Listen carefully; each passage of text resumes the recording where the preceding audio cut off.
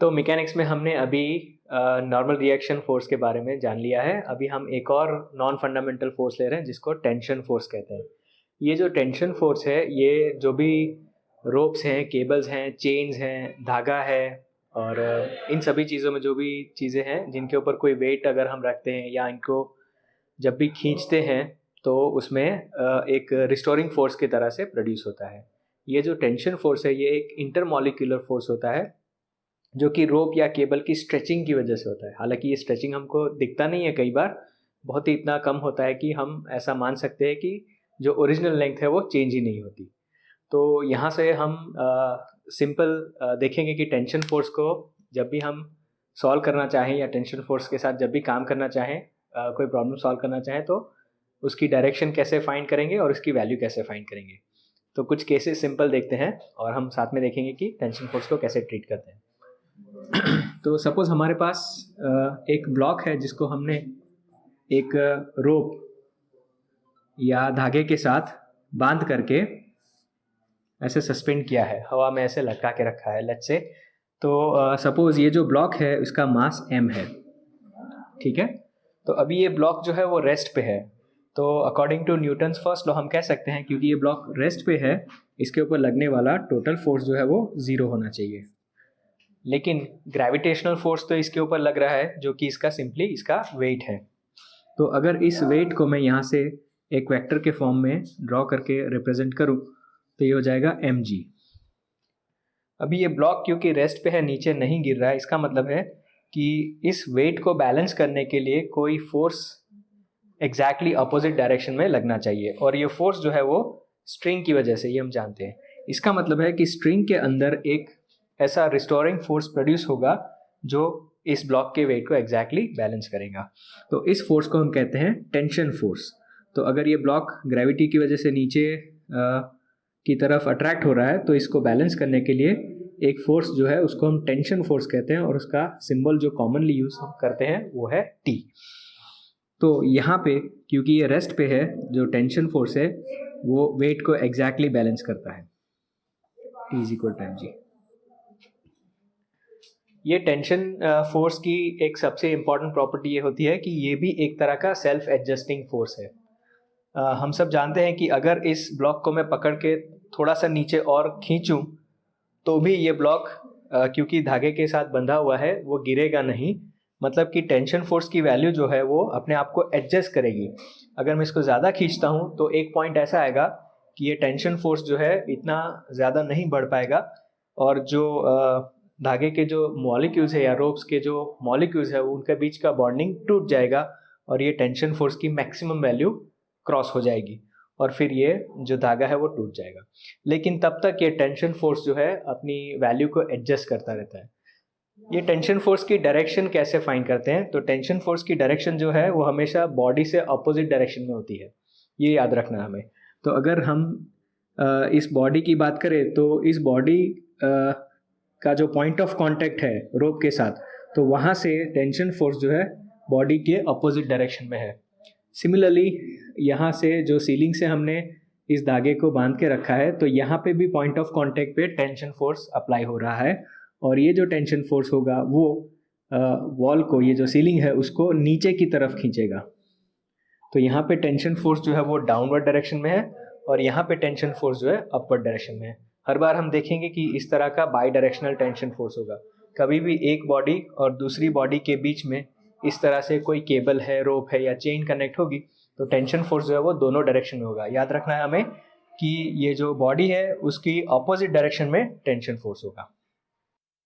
Okay, तो यहाँ पे हमने पिछले एग्जाम्पल को थोड़ा सा मॉडिफाई किया है।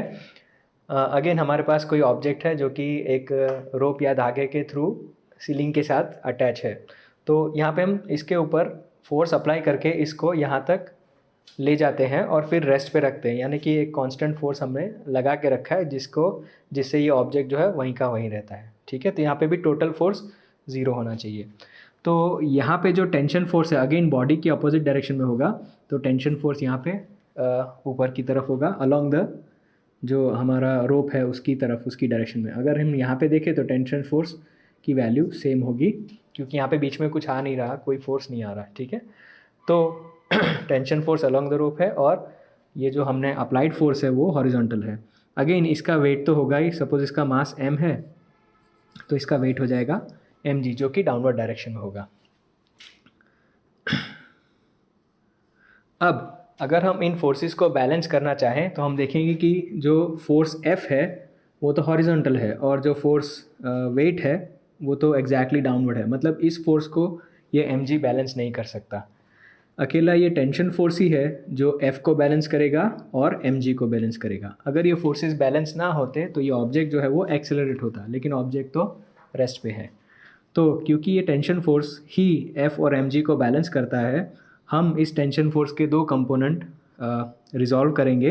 एक F की डायरेक्शन में यानी कि F की अपोजिट डायरेक्शन में होगा और एक mg यानी कि वेट की अपोजिट डायरेक्शन में होगा।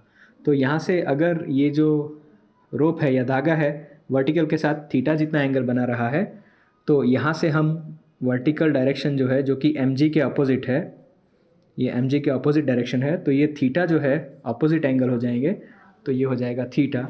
उसी तरह ये F की अपोजिट डायरेक्शन जो है ये हॉरिजॉन्टल डायरेक्शन होगी, तो ये T हमारा हाइपोटेन्यूस है, तो थीटा के बाजू वाला कॉस कंपोनेंट यानी कि ये हो जाएगा T कॉस थीटा, और ये वाला जो कंपोनेंट होगा हॉरिजॉन्टल कंपोनेंट ये हो जाएगा T साइन थीटा। तो हम देख सकते हैं कि T साइन थीटा जो है वो F को बैलेंस करेगा और T कॉस थीटा जो वो mg को बैलेंस करेगा। So we can write T sin theta is equal to F and T cos theta is equal to mg।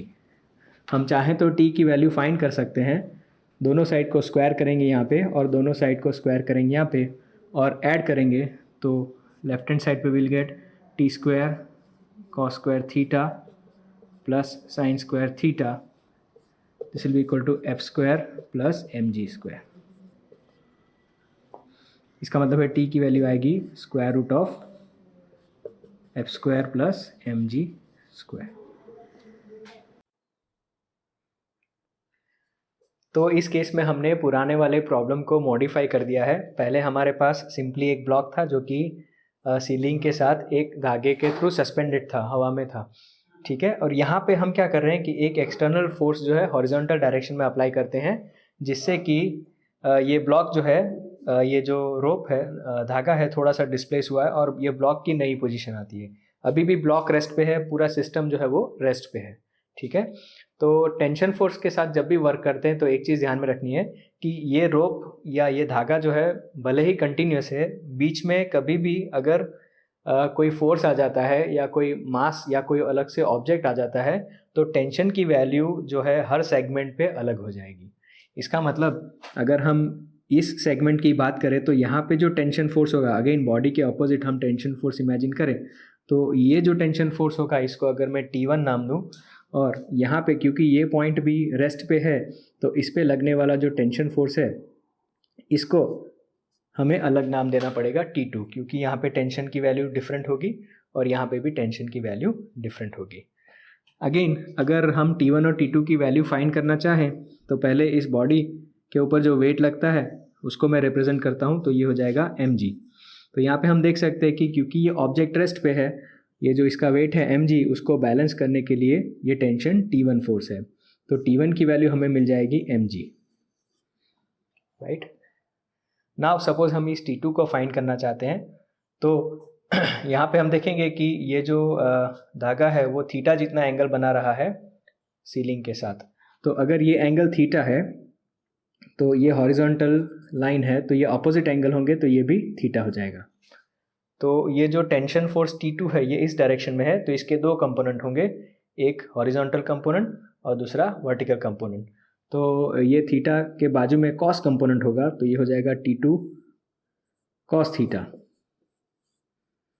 Similarly ये जो वर्टिकली अपवर्ड कंपोनेंट होगा ये होगा T2 साइन थीटा। अगेन जब हम इस पॉइंट की बात करते हैं तो इस पॉइंट पे जो डाउनवर्ड फोर्स है वो तो इक्वल टू T1 है, तो इस पॉइंट पे क्योंकि ये पॉइंट भी रेस्ट पे है, ये फोर्स F जो है इसको बैलेंस करता है T2 cos थीटा और ये जो फोर्स T1 है इसको बैलेंस करता है T2 sin theta.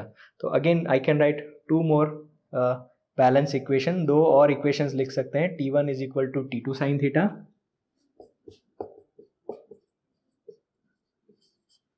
and F is equal to T2 cos theta.